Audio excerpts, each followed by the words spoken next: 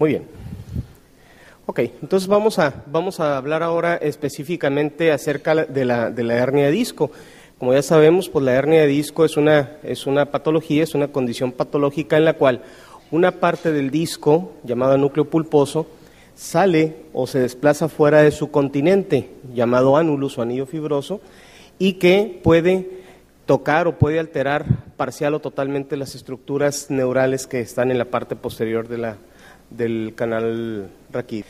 Small y Jurgens describen que toda la columna vertebral está formada por unidades funcionales que consisten en dos vértebras, su disco, una doble articulación interfacetaria, un ligamento longitudinal común anterior y posterior, los ligamentos inter y supraespinosos y todos los músculos que están alrededor. Esto es una unidad funcional. Aquí es donde vemos pues estas estructuras que ya platicaron ampliamente, y recalcar que la articulación de esta unidad es una articulación en trípode, es decir, es una articulación triarticular en realidad, donde encontramos la parte anterior, que es una anfiartrosis, que es el disco vertebral con sus dos vértebras, y una cigartrosis, que son las dos articulaciones interfacetarias. Es importante recalcar que todo lo que ocurra en una repercute en las otras dos. Si están alteradas las facetas articulares, vamos a tener repercusiones en el disco y al revés. Quiero enfatizar nada más que parte de la degeneración del disco intervertebral o parte de los cambios que hay en los proteoglucanos se deben a que con el paso del tiempo la circulación va disminuyendo. La circulación en el feto es una, en el niño es otra, en el adolescente es otra y en la edad adulta es otra. Obviamente cada vez va disminuyendo. Y en la etapa adulta, únicamente por las plataformas es por donde llegan vasos sanguíneos y todo lo demás se hace por fenómenos de difusión. Esto va haciendo que haya cambios en el núcleo y que vaya habiendo una degeneración discal. La inervación del disco intervertebral viene por la rama dorsal y la rama que va a la faceta articular. Los discos intervertebrales están presentes pues, a lo largo de toda la columna, desde C2 hasta abajo, son 23 discos, 5 cervicales, 11 dorsales y 4 lumbares, y que estas estructuras son responsables, entre otras cosas, de la movilidad vertebral, está encargado de la absorción y de la transmisión de las cargas. En términos generales, las funciones principales son de amortiguación y de estabilizador de la columna. Está formado por un anillo que es más débil en la parte posterior, ¿sí? Las láminas concéntricas son más débiles en la parte posterior y más fuertes en la parte anterior. Eso hace obviamente que esta es la zona donde más frecuentemente se nos rompe. En cuanto a algunos datos generales con respecto a la enfermedad discal, es importante mencionar que es un verdadero problema de salud pública, es un problema mundial, esto es un problema que ocurre en todos lados. Se dice que aproximadamente el 80% de la población en algún momento de su vida va a tener algún problema de este tipo.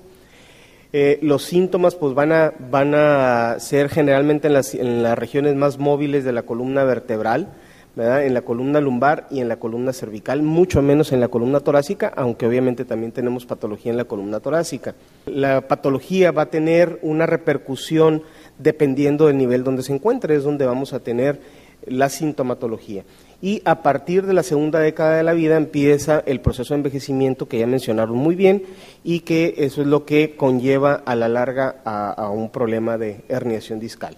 La edad de presentación generalmente es entre la tercera y cuarta década de la vida, los picos más altos de incidencia. Sin embargo, cada vez vemos más publicaciones de problemas en los adolescentes. Es más frecuente en el sexo masculino, es más frecuente en el lado izquierdo, posiblemente por protección del lado dominante. El nivel afectado, aunque esto puede variar dependiendo de dónde lo consultemos, pero en términos generales el lado más afectado es L5S1 seguido de L4L5. Lo podemos encontrar en diferentes escritos al revés, pero en términos generales L5 es el más frecuente, L5S1 seguido de L4L5, pero lo que sí es importante es que entre los dos ocupan entre el 90 y el 95% de los problemas de la enfermedad discal. Es la causa, como ya dijo Delfino, más frecuente de incapacidad laboral y es la segunda causa más frecuente de consulta al médico, seguido de los problemas respiratorios. Los factores de riesgo que conllevan a la enfermedad discal, pues son personas que continuamente tienen una elevación y torsión del cuerpo con objetos pesados, la vibración corporal o carga cíclica o microtraumas, pues esto es un punto muy importante en la patología de la enfermedad discal. La obesidad sin duda juega un papel muy importante en el problema. Cuando no tenemos músculos suficientemente fuertes, pues obviamente también es otro factor de riesgo. La personalidad, ¿verdad? Aquí la personalidad sí juega un papel importante. El tabaquismo y el envejecimiento discal. Aquí es donde ya mencionaban mis compañeros que me antecedieron que los problemas genéticos aparentemente juegan un papel importante. En cuanto a las cargas cíclicas o a las vibraciones, a la vibración cotidiana, pues esto se relaciona más con la vida de cada persona, ¿verdad? No es lo mismo que nosotros tratemos a una persona que trabaja en una oficina a que tratemos a un trailero que todo el día está manejando y con una vibración constante, o una persona que es cargador. Pues obviamente los factores de riesgo son diferentes, y esas cargas cíclicas generalmente ocasionan dolor de espalda. Los factores laborales, como ya les mencionaba, levantar cosas pesadas de manera repetida, empujar o cargar objetos pesados, el trabajo en posiciones incómodas o antifisiológicas. En los atletas, aunque obviamente pues aquí hay un riesgo-beneficio contra el deporte, ¿verdad? Que era lo que mencionábamos ahorita. El deporte pues tiene muchas cosas buenas, pero en términos generales pues nos pasa la factura, ¿verdad?, del envejecimiento discal. El caso es de que ya sea por un solo evento traumático o por una carga cíclica o ambas, ¿verdad?, hay una fatiga mecánica que puede degenerar en hernia de disco intervertebral, previo a esto en un síndrome de disco roto, un síndrome discógeno, hernia de disco intervertebral, espondilosis, inestabilidad o incluso fracturas por estrés. Estos son algunos ejemplos de las cosas que pueden o que se consideran como factores de riesgo para desarrollar una enfermedad discal. En cuanto a la fisiopatología, nada más voy a enfatizar algunos puntos importantes.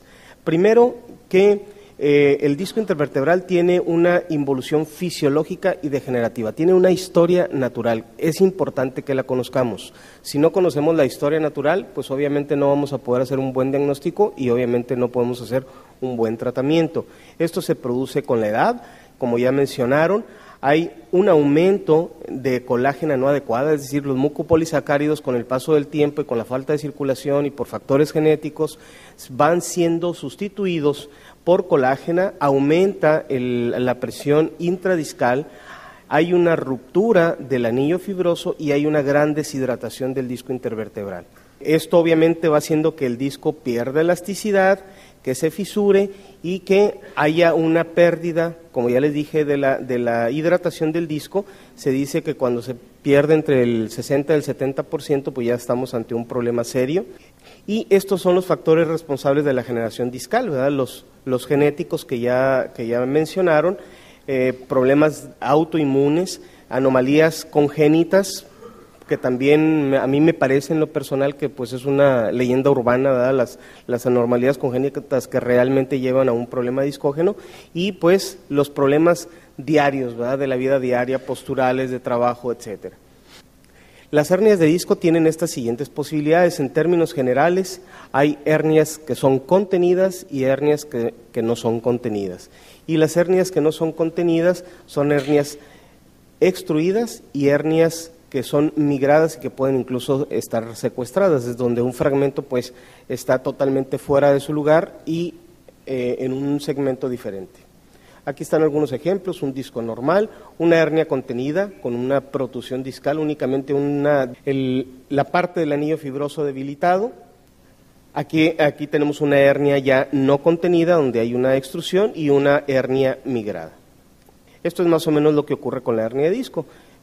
Cuando hay una situación de carga axial y ante una ruptura del anillo fibroso, pues parte o una buena parte del núcleo pulposo sale de su lugar y puede o no afectar las estructuras neurales. El envejecimiento discal puede ser primario o fisiológico, que es lo que encontramos en la mayoría de los casos y que viene a agravarse con factores de riesgo.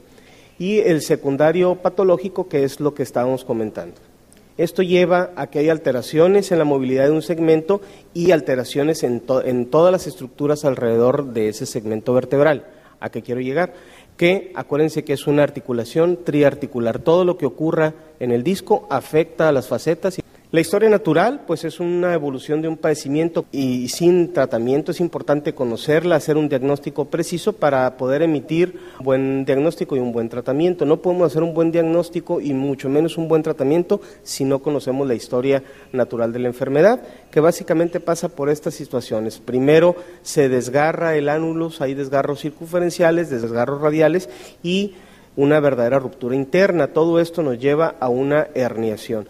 Posteriormente hay una situación de reabsorción y de pseudoanquilosis, es decir, todos los procesos tienen un fenómeno, como vamos a ver más adelante, de reparación. Esta diapositiva es para recordar la triple articulación, que es el disco intervertebral, las dos articulaciones terapofisiarias, y que todo lo que ocurre en una conlleva a cambios en la otra.